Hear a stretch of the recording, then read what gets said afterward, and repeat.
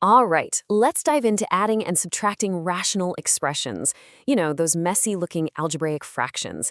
It's one of those topics in algebra that can feel like a huge hurdle, but I promise you there is a master plan, a clear, step-by-step method that's going to turn all that confusion into confidence. So think back to grade school for a second. Remember adding something simple like 1/4 plus 1/6? Okay, now look at this problem you might see in algebra class. 3 over x plus 5 over the quantity x plus 1. I mean, they look like they're from different planets, right? But what if I told you they have something really, really important in common? And boom, there it is. That's the secret. The core idea is exactly the same. That scary-looking algebra problem, it follows the exact same logic as the simple arithmetic you mastered years ago. You're not learning new math here. You're just applying what you already know to a new situation. So instead of getting all bogged down in every unique problem, what if we had a universal framework? Like a skeleton key that could unlock any of these problems every single time. Well, that key totally exists. And here it is, our 5-step master plan. First, you factor. Then you find the LCD. Then you build up your fractions, combine them, and finally, you simplify. This is our roadmap for everything we're about to do.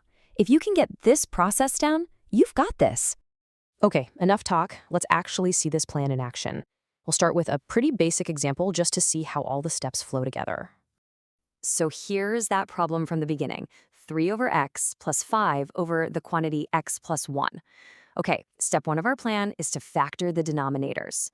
Well, x and x plus 1 are about as factored as they can get, so step 1 is already done for us. Easy! So let's just move on to step 2. Find the least common denominator, the LCD. Since our two denominators, x and x plus 1, don't share any parts, the LCD is just them multiplied together. X times the quantity, x plus 1. Simple as that. All right, now for steps 3 and 4, and we can kind of do these together. We need to build up our fractions so they both use the new LCD. The first fraction, 3 over x, it's missing the x plus 1 part, right? So we multiply its top and bottom by x plus 1. The second fraction, 5 over x plus 1, what's it missing?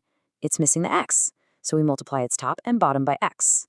And just like that, we have one big fraction over our common denominator. And now for the satisfying part, step 5, simplify.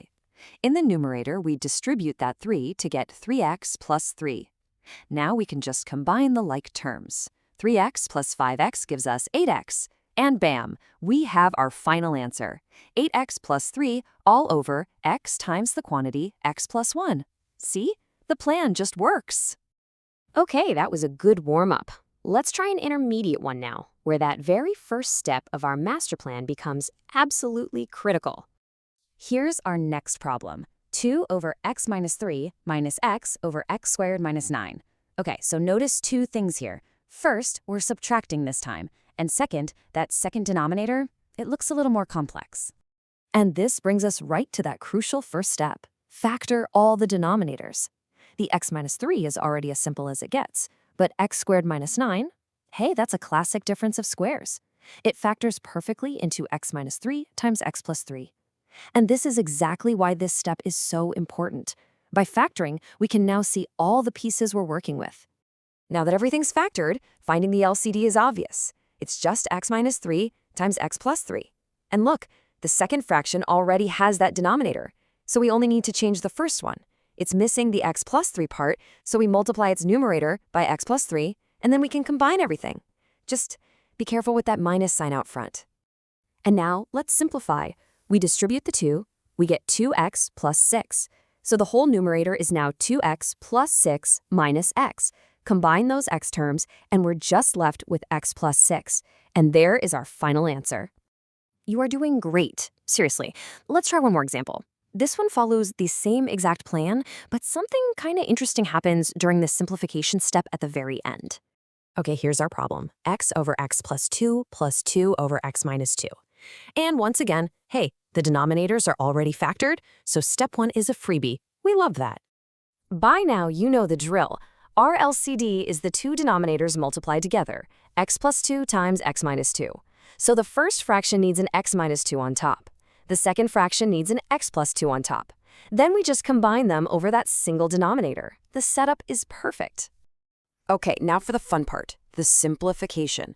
When we distribute everything up top, we get x squared minus 2x plus 4.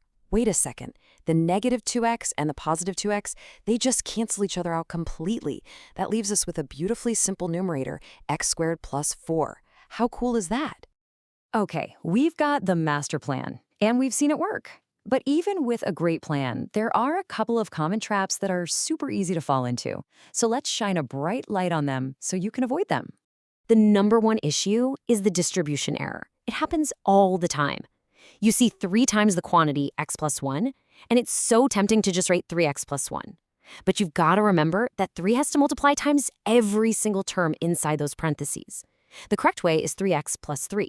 So the key is always distribute completely. The other big pitfall is forgetting the golden rule of fractions. When you build up a fraction with a new denominator, you must multiply both the top and the bottom by that missing piece. So why do we do that? Well, because anything divided by itself, like x plus 3 over x plus 3, is just the number 1. You're basically just multiplying by 1, which is the only way you can change how a fraction looks without changing its actual value. So we've mastered the plan and we know how to dodge the pitfalls. But you might still be sitting there asking, yeah, but when am I ever going to use this? Well, this isn't just some abstract exercise for your algebra class. It actually shows up in the real world in some pretty important fields. Take a look at this formula. This is what electrical engineers use to figure out the total resistance in a parallel circuit. To solve for that total resistance, R sub t, they literally have to add the fractions 1 over R1 and 1 over R2. They are using the exact same 5-step master plan that you just learned to design the electronics that power our entire world. So there you have it. We took a topic that seems really complex and we broke it down into a reliable, repeatable plan. You've seen how it works, what to watch out for, and even where it's used out in the real world. The process that once seemed intimidating is now just another tool in your toolkit. So the only question left is, what's the next problem you're ready to solve?